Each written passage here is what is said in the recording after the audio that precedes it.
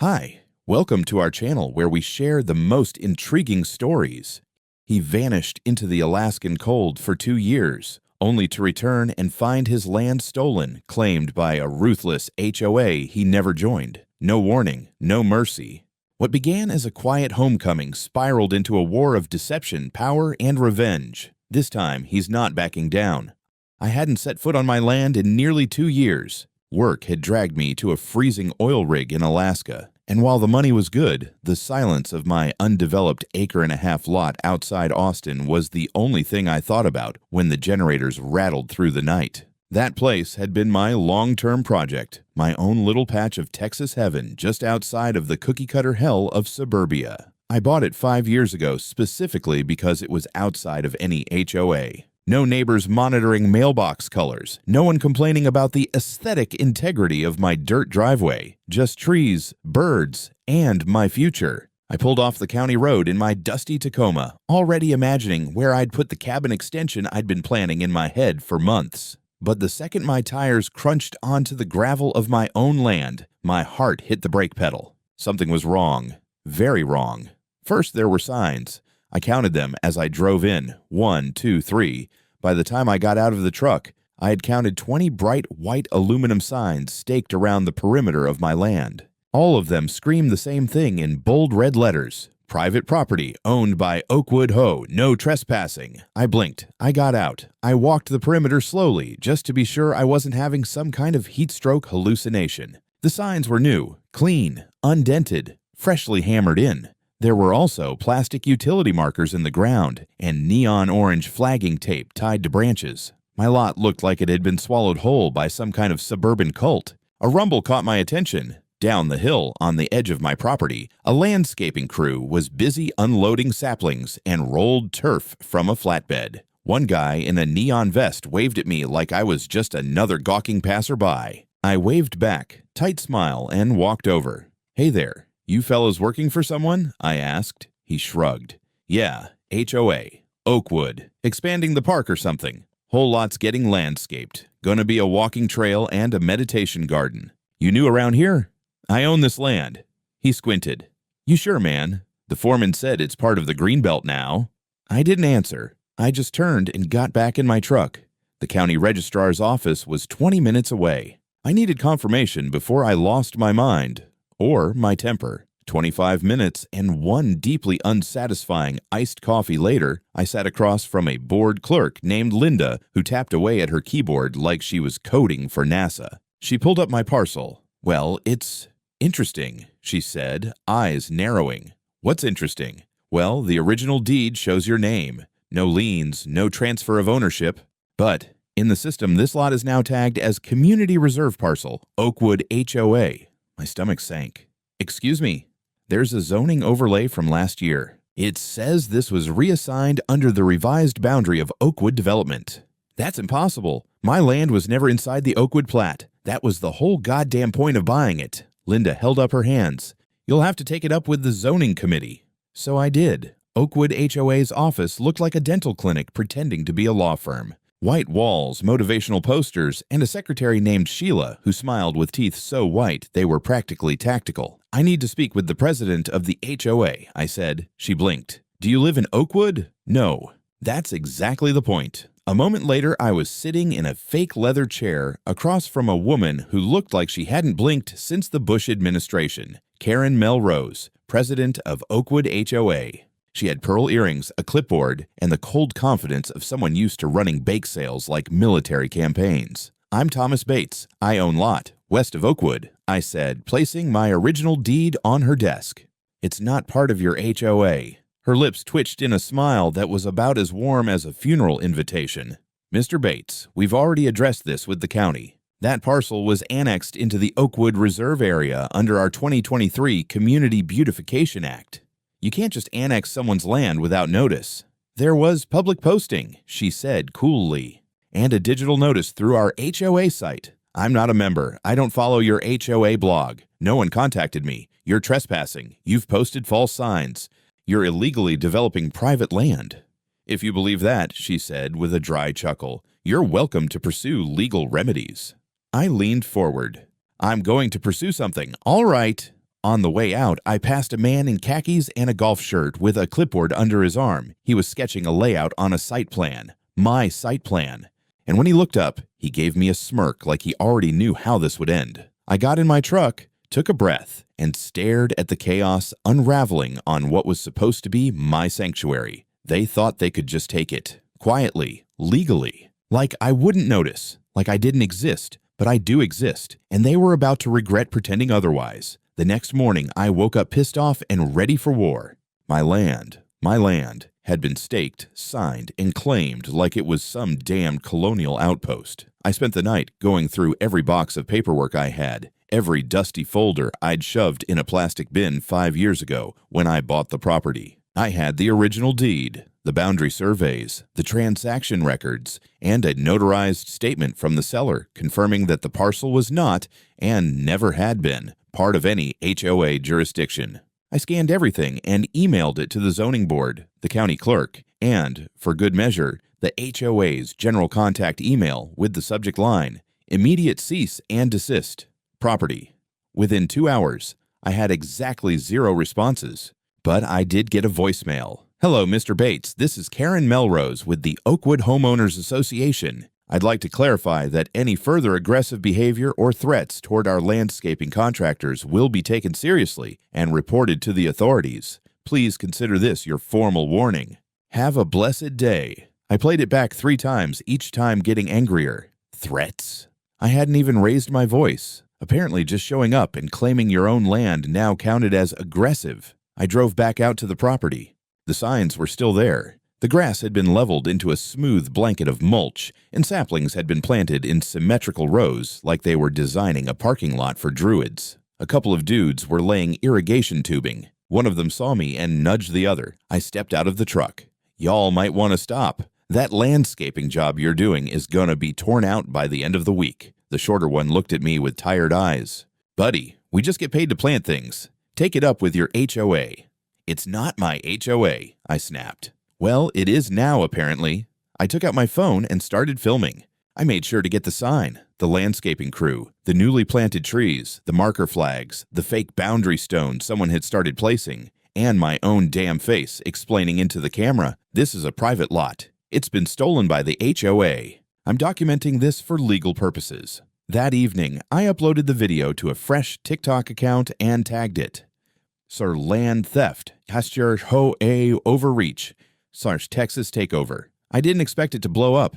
I expected maybe 20 views and a comment from my buddy who works construction in Idaho. Instead, by the next morning, the video had over 10,000 views and a few hundred comments, ranging from WTF, how is this legal, to classic HOA behavior. A retired county surveyor even messaged me, offering to look over the parcel maps if I sent him the coordinates. Encouraged, I contacted a lawyer, Sana Gibbs, a land rights attorney I found through a local legal aid board. I met her in a tiny office above a vape shop where she sipped green tea and scanned my documents like she was analyzing a crime scene.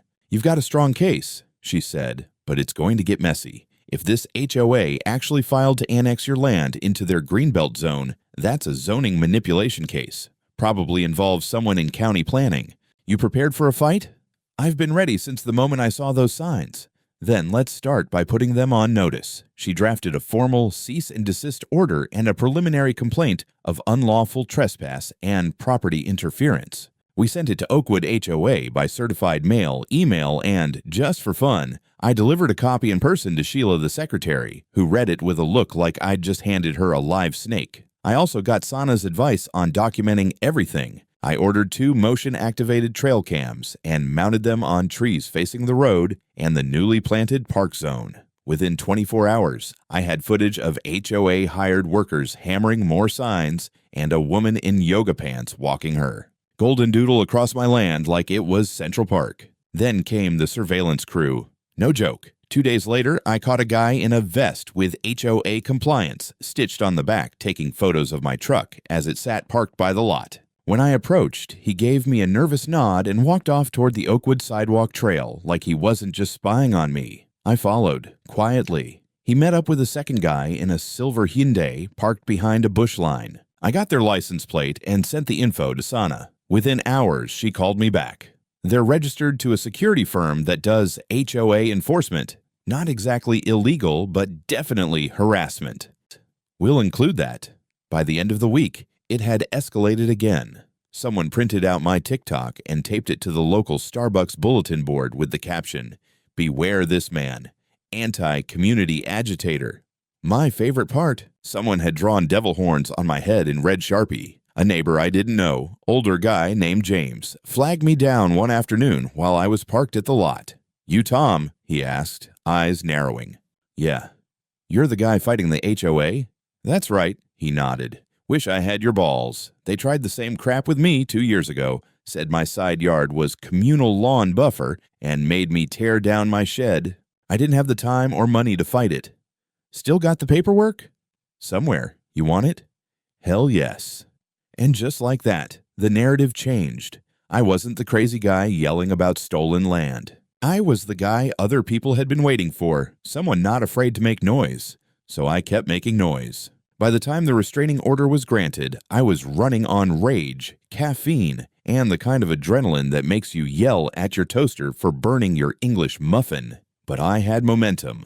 With Sana's help, we filed a temporary restraining order against Oakwood HOA and their contractors, preventing them from stepping foot on my land or altering it further. It wasn't a victory, not yet, but it was a legal shot across the bow. A court date was scheduled in 2 weeks. The judge had reviewed the paperwork, the footage, and the preliminary zoning dispute and agreed there was sufficient evidence of potential property rights violation. I wanted to frame that phrase and hang it next to my front door. The morning after the TRO was served, I pulled up to my lot and found something I hadn't seen in days. Silence. No crews. No flags.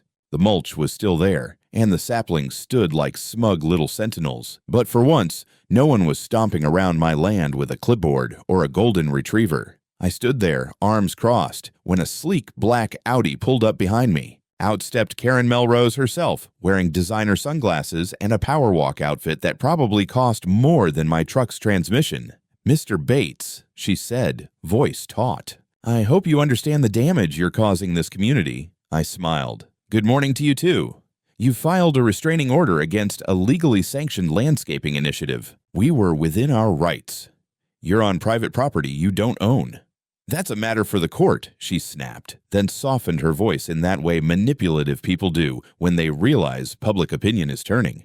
"Look, we're willing to be flexible. If you'd be open to a compromise, we could discuss reclassifying part of your land as dual use, perhaps allow the trail to run through just the south edge. It's a win-win. You'll be recognized as a community partner. There may even be a tax incentive." I stared at her like she'd just offered to adopt my truck and raise it as her own. "I've got a better idea," I said. "You take your trail and shove it where the mulch don't grow." She gave me a tight smile. "You'll regret this, Mr. Bates." I was already regretting buying land within walking distance of HOA-dominated territory, but I kept that part to myself. Back at Sana's office, we were knee-deep in evidence. She had compiled the security footage, the email correspondences, and even the public HOA minutes from the last 6 months, where, buried in bureaucratic lingo, we found the line that made her sit up in her chair. "Listen to this. Motion approved to incorporate peripheral buffer zones adjacent to undeveloped parcels for future beautification projects. Authorization to coordinate with county zoning office granted." "That's me," I said. "Yup," Sana replied. "And guess who submitted the motion?" "Let me guess. Karen Melrose, seconded by someone named Todd Granger. And guess what Todd Granger does? I'm going to go with developer? Bingo. Trilinear Development. They're building Phase 3 of Oakwood Estates. And guess what land borders their proposed site expansion? I didn't need to guess. We dug deeper. Sana had a paralegal request the zoning overlay changes from the county office. There, in pixelated PDF glory, was a revised zoning map dated 10 months ago. My lot, clearly labeled private parcel, had been redrawn as a green zone. The overlay claimed it was part of Oakwood Community Reserve Parkland. No hearing, no notice, no consent, just a line on a map and a signature from some clerk I'd never met. Sana slammed her laptop shut. "We need to escalate this." That night, I met up with the only ally I had in the area, James, the guy who'd had his shed demolished by HOA decree. We sat on lawn chairs at the edge of my lot, beer bottles sweating in the early evening heat. They tried this crap with at least 3 other lots around here, he said. Usually ones owned by out-of-state landlords, folks who don't check in much. And they just take them? Not technically. They just treat the land like it's part of the community until it becomes fact. Signs, landscaping, public paths, and eventually someone files for abandonment and public interest designation. Jesus. Yeah, and they get away with it because most people don't want to deal with lawyers. I looked out at the edge of my land, where one of the newer oak saplings stood next to a yoga mat someone had apparently left behind. A sign nearby read, Future Reflection Zone HOA Initiative. I'm dealing with it, I said. We clinked bottles. 2 days later, Karen tried one more power move. I got a visit from a police officer, Officer Ferguson. Nice guy. Young, a little unsure of why he was even there. Mr. Bates, he said, we got a call about a property dispute. Let me guess, trespassing? Something like that. HOA claims you damaged community signage and threatened workers. Signage on my land. I saw the restraining order, he said quickly, and I'm not here to arrest you, just to document. Honestly, this smells like a civil issue, not criminal. But hey, between us, you might want to start locking your gates. I don't have any gates. He grinned. Then maybe get some. Before he left, he leaned in and said, a lot of people around here hate that HOA. You're not as alone as you think. Maybe not, but it sure still felt like it. A week before the hearing, I came back to the lot to find that someone had ripped out one of the trail cams. Not just disabled, ripped out. The tree trunk it had been mounted on was gouged, and the camera was gone, wires dangling like snapped tendons. My other cam had been turned to face the woods, recording 30 solid hours of raccoons minding their own damn business. I knew exactly who had done it. The same people who kept pushing deeper into my property, like ivy through brick. The same people who couldn't stand the fact I wasn't rolling over like the last guy. That afternoon, Sana sent me a voicemail. Call me as soon as you can. The HOA just filed a counterclaim. You're being sued for unlawful obstruction of public green space, defamation, and interference with community development plans. It's a full-on retaliatory move. Of course it was. I read through the filing 3 times, each more surreal than the last. It painted me as some kind of deranged survivalist who'd sabotaged a peaceful community initiative. They even attached a screenshot of my TikTok video as evidence of hostile intent. I laughed so hard I nearly choked. Still, I knew the real goal wasn't to win that claim. It was to bleed me out. Time, money, sanity. I wasn't rich, and legal fees add up fast, especially when you're fending off a well-funded HOA with a developer's checkbook in their back pocket. Sana wasn't rattled. She was already filing a motion to dismiss their counterclaim and prepping discovery demands, but I could see it on her face. This thing was getting bigger, dirtier, the kind of case that makes reputations or buries them. The next escalation came quietly. James called me one night. You might want to come by the neighborhood library. There's a community meeting going on, and you're the topic. I showed up in jeans and a flannel, still dusty from helping a friend pour concrete. The room was packed. Residents, HOA members, a few county reps. Karen was front and center, flanked by 2 suited men who screamed, "Developers legal team," from a mile away. I stayed in the back, listening. Karen stood and addressed the room like she was launching a damn presidential campaign. As many of you know, Oakwood has been working hard to enhance the livability and sustainability of our community. Part of that effort includes the expansion of the Greenbelt, which, until recently, was progressing beautifully until one individual decided to interfere with what we've all voted for. She gestured vaguely toward a projected map. My lot was highlighted in green. Green. He claims the land is his, she said with an exaggerated sigh. But we've verified multiple times with zoning that it falls within the boundaries of our planned expansion. His social media campaign has painted Oakwood as land thieves, which is not only untrue, it's dangerous. A woman in the second row raised her hand. But isn't he the legal owner? Karen's expression didn't even twitch. Ownership is complicated when public use is at stake. He has failed to comply with the Public Use Notification Amendment passed last year. I almost snorted out loud. That amendment didn't exist. It was just HOA jargon dressed up like law. They passed around a handout titled Community Disruption Report. It included my full name, TikTok handle, and hilariously, a quote taken wildly out of context where I said, "If they think I'll roll over, they're gonna need a bigger shovel." Someone gasped like I'd confessed to burying a body. I waited for the meeting to end and caught up with a woman outside. Nina, one of the quieter board members I'd seen around. She looked nervous. "I've been on the HOA board for 6 years," she said. "This isn't normal. We've never done this kind of expansion, and Karen doesn't even bring half of this to the board. It's just her and Todd pushing it through with minimal votes." "You know Todd Granger?" "Everyone does," she said. "He's not officially on the board, but he is married to the HOA's attorney, and his company's building Oakwood Phase 3. His site plans already show your lot as community open space. It's printed right on the brochure. My blood pressure could have cooked a brisket. Would you be willing to testify?" I asked. She hesitated, eyes scanning the parking lot. "If I don't get fired first." 2 days later, we got hard proof. Dale, the private investigator I'd hired through Sana's network, had been quietly running checks on Trilinear Development's permit filings. What he found made me want to punch a tree. Trilinear had submitted internal documents months ago showing 5 adjacent parcels, including mine, marked as pending Greenbelt integration. They had emails between Todd and Karen openly discussing expansion through neglect, a term Dale explained. Meant wait until the owners disappear, then quietly convert it. It was a scheme. A real paper trail having, corruption stinking scheme. And mine wasn't the only property on the chopping block. We filed a motion with the court to include this in our case. Sana attached the emails, the site plans, and Dale's full report. The judge approved an expedited evidentiary hearing, and Karen's lawyers fought to get it delayed, twice. The pressure started showing. Karen tried to be her usual icy self, but her edges were fraying. She showed up to court once without her signature pearl earrings. That was the first crack. Then her husband stopped attending meetings. Then 2 of the board members quit. Word was spreading. I returned to my land that Friday with a folding chair, a 6-pack, and a Bluetooth speaker. For 3 hours, I sat there in full view, blasting Johnny Cash and waving at every car that slowed to gawk. Someone honked. I raised my beer in salute. That was the day the tide turned. Not in court, not on paper, but out there, on the ground. I refused to give up. The courthouse smelled like old paper and half-hearted hope.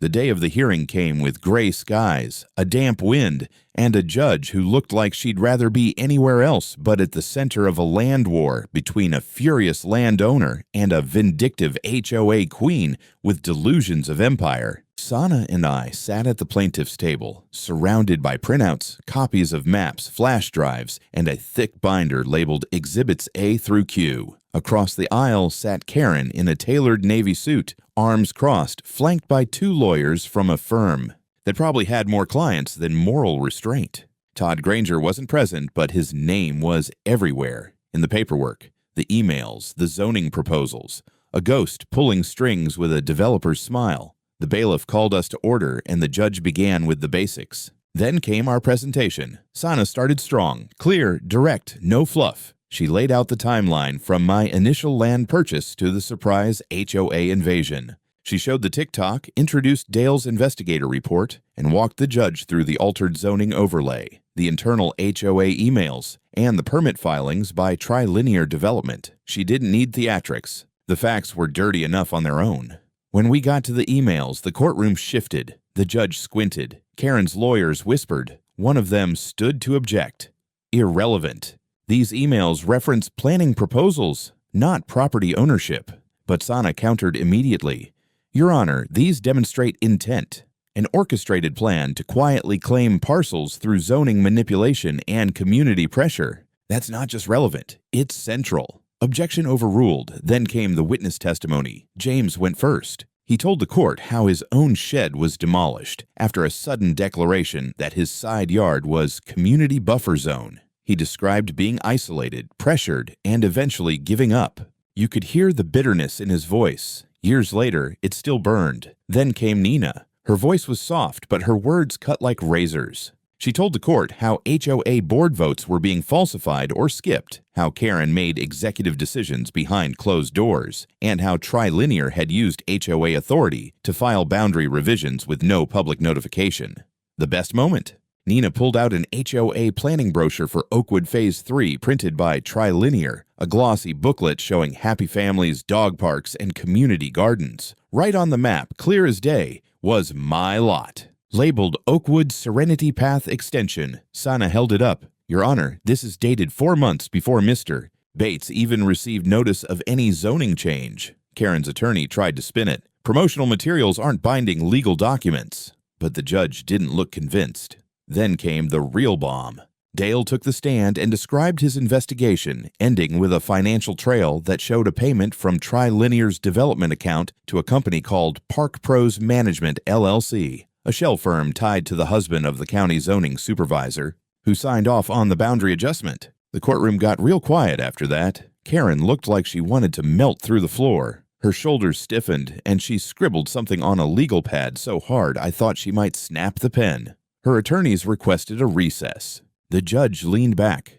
We'll break for 1 hour. Upon return, the court will hear the defense. But I'm going to be very clear. This evidence raises serious concerns, and I expect full transparency. Outside, Sana lit a cigarette and didn't offer me one. I don't smoke, but I considered starting just for the moment. They're gonna try to settle, she said. They should try apologizing. They don't do that, she replied. Sure enough, after the break, Karen's lawyers requested a sidebar. Sana returned from the bench, shaking her head. They're offering to retract the zoning claim, remove all installations from your property, and issue a formal letter stating it was all a clerical error. In exchange, you drop the suit and walk away. I laughed. What do you think? I think we bury them. So we did. The judge resumed the hearing, and Karen's side presented their defense, which boiled down to bureaucratic confusion and noble intentions. They claimed the land was underutilized, that community needs evolved, and that no harm was intended. Their tone shifted from aggressive to apologetic, which only made them look worse. Sana eviscerated their witnesses on cross. At one point, Karen herself took the stand. She tried to maintain composure, but under Sana's questioning, she cracked just a little. So you're saying you had no knowledge of the Trilinear site plans showing Mr. Bates's parcel as part of your expansion? I don't recall seeing that version, she muttered. Sana slid the glossy brochure toward her. This one? Karen didn't answer. The judge finally spoke. This court will take the matter under review. Pending a final ruling, the restraining order remains in effect. Any further alteration or use of parcel 98203 will result in contempt charges. We walked out into the sunlight like soldiers leaving a battlefield. It wasn't over. Not yet, but we had blood on the sword and the enemy was limping. I thought the hearing would slow them down. Thought maybe, just maybe, they'd scurry back to their little HOA nest and lick their wounds. But people like Karen don't stop just because they've been exposed. No, they double down. They dig in. The very next week, I came to the lot and found construction flags staked on the northern edge. Bright pink ones this time, not HOA branded. These were from a private surveying company, Eagle Ridge Planning, apparently hired by Trilinear. Their name sounded familiar, and a quick search confirmed it. They were the firm behind Oakwood's entire Phase 3 expansion. I snapped photos and called Sana. She groaned so loud I could hear it through the speaker. They're trying to resurvey around the restraining order, probably claiming the flagged area isn't technically within the disputed parcel. This is a jurisdictional end run. This isn't just annoying anymore, I said. It's war. She agreed. That afternoon, she filed a motion for contempt of court against both the HOA and Trilinear. Then she did something I didn't expect. I'm adding the zoning supervisor to the case, she said. We need to make some people sweat. You don't start a fire by striking one match. You light the whole box. A few days later, a local news crew showed up at my lot. Apparently, someone had tipped off a reporter about the zoning irregularities and the court battle. I gave them an interview, standing next to the bright pink flags and the still-standing property of HOA signs that no one had bothered to remove. I kept it clean, calm, measured. I'm just a property owner trying to protect what's mine. This isn't about being anti-community. It's about due process. You can't just redraw lines on a map and take what doesn't belong to you. The segment aired that weekend, and something incredible happened. People started showing up. First, it was a guy named Marcus, an ex-military contractor turned woodworker who said his own HOA fined him $1,200 for painting his shed the wrong shade of tan. Then a woman named Val who'd been sued by her HOA over a tomato garden. They didn't just come to talk. They brought signs. Private property means private. No more silent seizures. Hands off our land. By Sunday, there were over 30 people holding a peaceful protest on the edge of my property. I bought donuts. Someone brought a Bluetooth speaker and played Johnny Cash again. I think that became our unofficial anthem. Karen naturally showed up. She parked across the street, stepped out in full HOA armor, pressed khakis, pastel blouse, clipboard, and tried to talk to one of the reporters who had returned to cover the protest. I watched her point toward me and say something animated. That's when Dale approached her. He handed her an envelope. She looked down, confused, then furious. I'd forgotten to mention, we'd just subpoenaed her financial records. Inside that envelope was a formal request for all communication and payment logs between her and Trilinear over the last 2 years. Signed by the judge, filed that morning. Karen got in her car and drove off without another word. The next morning, the county zoning office released a public statement. It was short, sterile, but it admitted to procedural inconsistencies in several zoning overlay approvals and that an internal audit was being launched. They didn't name names, but we knew what it meant. Sana and I were in her office when the email came in, a request for mediation from Trilinear's legal team. They want out, she said. Karen's toxic now. The county's running scared. Developers don't like risk. I don't want mediation, I said. I want resolution. You might get both. Meanwhile, Nina resigned from the HOA board and published a public letter online detailing how decisions were being made without votes, how Karen controlled the board like a personal fiefdom, and how complaints were silenced. Her letter went viral in local circles. The HOA's Facebook page locked down. Comments got deleted faster than they appeared. People were pissed, not just about me, but about how much power they'd handed to someone like Karen without realizing it. I got another surprise that week. A man named Luis Martinez reached out. His father had owned one of the neighboring lots, another parcel listed in the Trilinear plans. His father had passed away, and the lot was in probate limbo. Luis hadn't even known it was under threat until he saw the news coverage. They're doing the same thing to us, he said. I don't have the money to fight them, but if you need anything, documents, testimony, I'm in. We brought him into the case. His lot became evidence of a pattern. This wasn't a one-off land grab, it was a strategy. Identify under-monitored lots, redraw boundaries quietly, push public beautification, then absorb and build. But now they were being watched. By week's end, 2 more HOA board members resigned. One of them posted a cryptic message on Nextdoor. We trusted the wrong people. Never again. Karen, for the first time since this started, went silent. No emails, no statements, no new signs. Her house, once the crown jewel of Oakwood, now had a stack of newspapers on the porch and an empty driveway. That Saturday, I went out to the land alone. No cameras, no reporters, just me, my chair, and a flask of bourbon. The flags were still there. The mulch trails still winded through parts of the lot, but the silence felt different now. Less like defeat, more like something waiting to be reclaimed. The mediation was scheduled for the following Tuesday, but I already knew how it would go. Karen would either show up with a forced smile and a crocodile apology, or she'd send someone else to take the fall. What I didn't expect, what no one expected, was what happened the day before. I was back at Sana's office reviewing final arguments for the upcoming civil suit we were preparing to file, not just for injunctive relief, but for damages. Emotional distress, trespass, fraud. We had enough documentation to hang a goddamn mural. Then Dale stormed in. Found something, he said, not even sitting. Sana arched an eyebrow. Bigger than the Trilinear Shell Company? He nodded and dropped a stack of printed emails onto the table. These were deleted from Karen's HOA email account a month ago. I pulled them from Trilinear's archived server copy. One of their interns flipped. The top email was a bomb. Karen had sent a message to Trilinear's legal liaison, detailing a timeline for how and when the disputed parcels, mine, Luis's, 2 others, could be visually integrated into the Phase 3 marketing plan before zoning approvals were finalized. She even used the term visual annexation strategy. The phrase sounded like it came out of a dictator's memoir. Beneath it was a scanned document, a memorandum of understanding signed between Karen and a trilinear executive, offering a consulting bonus upon successful completion of the Greenbelt project. The amount? $50,000. Sana went pale. "This is direct evidence of bribery and collusion." Dale grinned. "I know. That's why I also sent it to the county attorney. And the IRS. My jaw dropped. "You did what?" "Sometimes justice needs a push," he said. That afternoon, Karen was served. Again.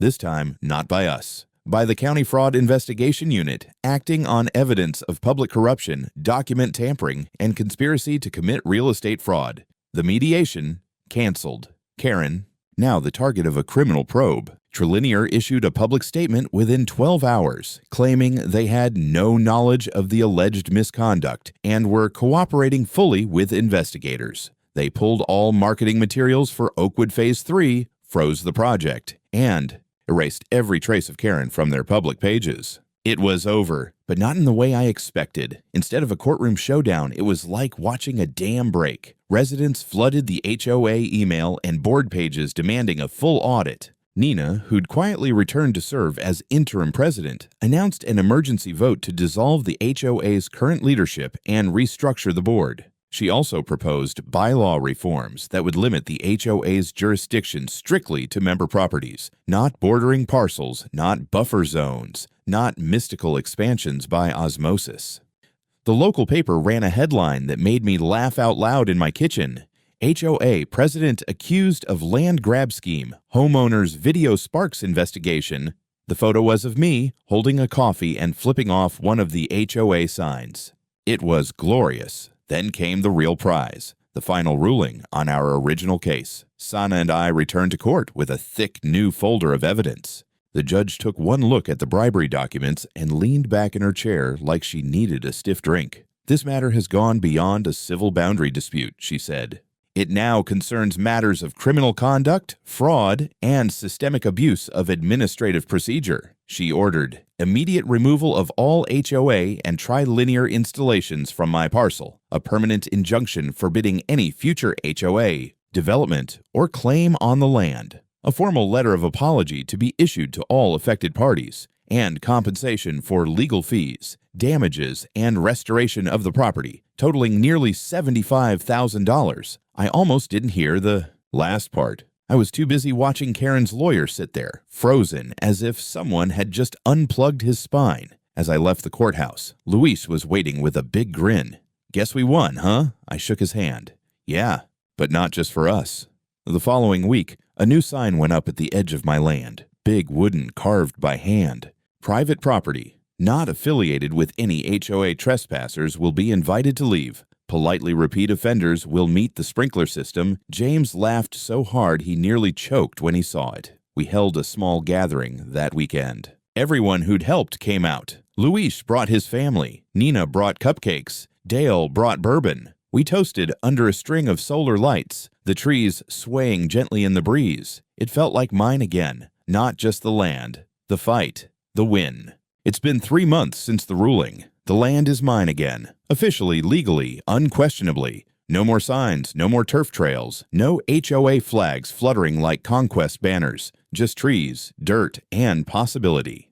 It's funny how silence feels different after a war. Before all this, I thought of my lot as peaceful. But that kind of peace was passive. Now, it's earned, claimed. The kind of peace you build by dragging it, bloodied and angry, out of someone else's clenched fists. I built a gate, not a fancy one, just good steel, solid hinges, a keypad, and a freshly oiled creak when it opens, like the land whispering your home.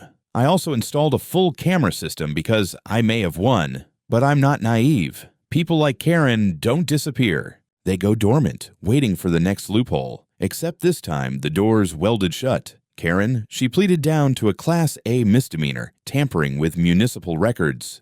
The bribery charges were dismissed after Trilinear threw her under the bus so hard it left tire marks on her LinkedIn. She lost her position, her reputation, and, last I heard, was selling real estate in the next county over. I guess people with power don't go extinct. They just migrate. The HOA still exists technically, but after the emergency vote, it became something else. Nina led the charge to rebuild it from scratch. More transparency, tighter controls, zero authority over anything beyond the literal square footage of member homes. She even added a bylaw: no future annexation without 100% owner consent. Imagine that. Consent. Revolutionary. Luis got full control of his dad's parcel. We helped him secure it legally, got it cleaned up, and now he's building a tiny house on it. Says it's for his mom when she retires. I told him he better install a sprinkler system, just in case Karen ever comes sniffing. James rebuilt his shed. Twice the size. Painted it electric blue out of spite. The HOA tried to strongly discourage the color. He framed the email and mounted it on the inside wall like a trophy. As for me, I started building again. Finally. No more fighting. No more paperwork. Just sweat, tools, and open sky. I laid the foundation for a modest cabin. 1 room, big porch, solar panels. Nothing fancy, but mine. And something else happened I never expected. People started coming to me for advice. Other homeowners, folks from nearby counties, some who'd lost their land already, others who were just scared of what might happen. I didn't know what to tell them at first. I'm not a lawyer, not a politician. I'm just a guy who got pissed off enough to fight back. But then I realized that was enough. So now I write blog posts, Q&A forums. Sana and I even started a workshop series with the local legal aid center, Know Your Property Rights. It's been packed every session. People are waking up to just how far these little organizations will go when left unchecked. I think that's what stuck with me the most. Not that they tried to take what was mine, but that they genuinely believed they had the right to do it, that they could call it beautification and community development, and no one would question it. Well, we did. And we won. I kept the original HOA sign, one of the first they staked into my dirt like a flag on the moon. I mounted it on a wooden post and hung it above my tool shed. Beneath it, I added my own sign. This land belongs to somebody. Not somebody's bored. At night, when the wind cuts through the oaks and the stars blink awake, I sit on the porch, sip bourbon, and smile. Not because I own the land, but because it no longer feels like anyone else ever will.